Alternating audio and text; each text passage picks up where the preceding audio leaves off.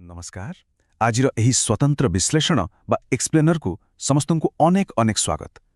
आज आमे एमिति एक विषय आलोचना करिबा जहा प्रतिटी व्यवसाय पाई निहाती जरूरी। टिके कल्पना करंतु तो एक भयंकर समुद्र झड़रे फसीथिबा एक जहाज को जणे अभिज्ञ नाविक केमिति सुरक्षित भावे कूଳରେ पहुंचाई दियंती। बिल्कुल ठीक सेमिति जणे एक्सपर्ट आर्थिक परामर्शदाता बा फाइनेंशियल कंसल्टेंट व्यवसाय को आईनगत एवं आर्थिक झड़रू बंचाई सठिक दिग देखांती।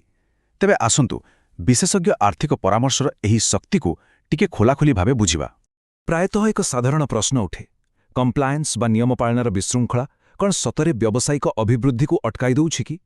सत कहिबाकु गले जेतेबेले कोनोसी पेशादार योजना बिना व्यवसायर हिसाब किताब चाले सेतेबेले केवल टैक्स बोझ नुहे बरং लुचि रहिथिबा अनेक खर्च आउ हठात माढ़ी आसुथिबा आईनगत समस्या व्यवसायर मालिकमानक पई एक बड़ मुंडबिंधार कारण पाल्टी जाए। आउ यहा ही लॉन्ग टर्म ग्रोथ बा दीर्घकालीन विकासर सबुठार बड़ शत्रु। अच्छा आगोकू बढ़िबा पूर्वरु आसंतु देखिबा आजिर रूपरेखा कण। आमे मुख्यतः 5टी दिग उपरे नजर पकाइबा। प्रथमे व्यावसायिक नियम पालनर आह्वान, द्वितीयरे एक दृढ़ मूलदुआ स्थापन, तृतीयरे दैनन्दिन आर्थिक स्वास्थ्यर नियंत्रण, चतुर्थरे दीर्घकालीन अभिवृद्धि पाई रणनीति एवं शेषरे विश्वासर स्तंभ। बास गोटे व्यवसाय सठिक परामर्श सह किपरि विकास करे तार पूरा रोडमैप हेउछि एया। तेबे विलंब न करी आरंभ करिबा आमर प्रथम विभाग व्यावसायिक नियम पालनर आह्वान। एबे एही तुलनात्मक चित्र को टिके ध्यानर सह देखंतु। गोटिए पटे अछि निजे सबु आर्थिक परिचालना करिबा, जेउथिरे समय नष्ट हुए, भूल हेबार आशंका थाए एवं विपद बहुत अधिक। किंतु अन्यपटे अजय टैक्स कंसल्टेंट को भली विशेषज्ञों को दायित्व देले पूरा दृश्य बदली जाए। व्यवसाय आईनगत भावे संपूर्ण सुरक्षित रहे, सर्वाधिक लाभ मिले एवं सबुठारु बड़ कथा हेउछि पूरा ध्यान केवल बिजनेस ग्रोथ उपरे ही रहे। एहा प्रकृतरे एक विराट पार्थक्य ताई ना। वर्तमान आसीबा आमर द्वितीय विभाग को एक दृढ़ मूलदुआ स्थापन। जेकोसी बिजनेस आरंभ पाई यह अत्यंत गुरुत्वपूर्ण। गोटे घर तैयारी कला बेले मूलदुआ जेमिति मजबूत हेबा दरकार, व्यवसाय पाई मध्य ठीक सेमिति। एठारे एक्सपर्ट माने मुख्यतः 3टी पदक्षेप नियंती। स्टेप 1 प्रोप्राइटरशिप किंबा प्राइवेट लिमिटेड भाबरे संस्थार सठिक गठन। स्टेप 2 एमएसएमई बा उद्यम पंजीकरण, जहा कि सरकारी सब्सिडीर रास्ता खोली दिए।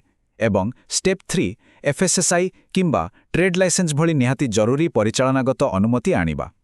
एही सबु प्रारंभिक कामकू सठिक भावे कले भविष्यतरे आउ कोनोसी गठनमूलक बाधा आसे नाही। मूलदुआ तो पढ़ी सारिला, एबे आमे तृतीय विभाग अर्थात दैनन्दिन आर्थिक स्वास्थ्यर नियंत्रण विषय आलोचना करिबा। एही टेबलटी वास्तव में बहुत रोचक। साधारणतः आईटीआर फाइलिंग, जीएसटी रिटर्न किंबा आरओसी नियम पालन को आमे केवल कागजपत्र काम बोली भाबू, ठीक ना? किंतु प्रकृतरे एहा ताठारु बहुत अधिक। एही सबु नियमित काम माध्यमरे टैक्स योजना, सहजरे समस्यार समाधान एवं संपूर्ण आईनगत स्वच्छता बजाय रखी हुए। माने यह कोनोसी बोझ नुहे बरং निजकु सुरक्षित रखिबार एक स्मार्ट आउ एक्टिव रणनीति। आउ एही दैनन्दिन इंजिन को चालू रखे किए, ताहा हेउची टाली अकाउंटिंग सपोर्ट एवं पेशादार बुककीपिंग। एकदम सरल भाषारे कहिले प्रतिदिनर आर्थिक रेकर्ड सठिकता एवं लाभ क्षतिर एक स्पष्ट चित्र पाइबा पई यह अत्यंत आवश्यक। जेमिति कार चलेला बड़े डैशबोर्ड सबु सूचना दिए, ठीक सेमिति एक सठिक लेजर रक्षणाबेक्षण व्यवसायर स्वच्छ एवं स्पष्ट चित्र देइथाए। एबे व्यवसाय को आहुरी बड़ करिबा कथा चिंता करिबा।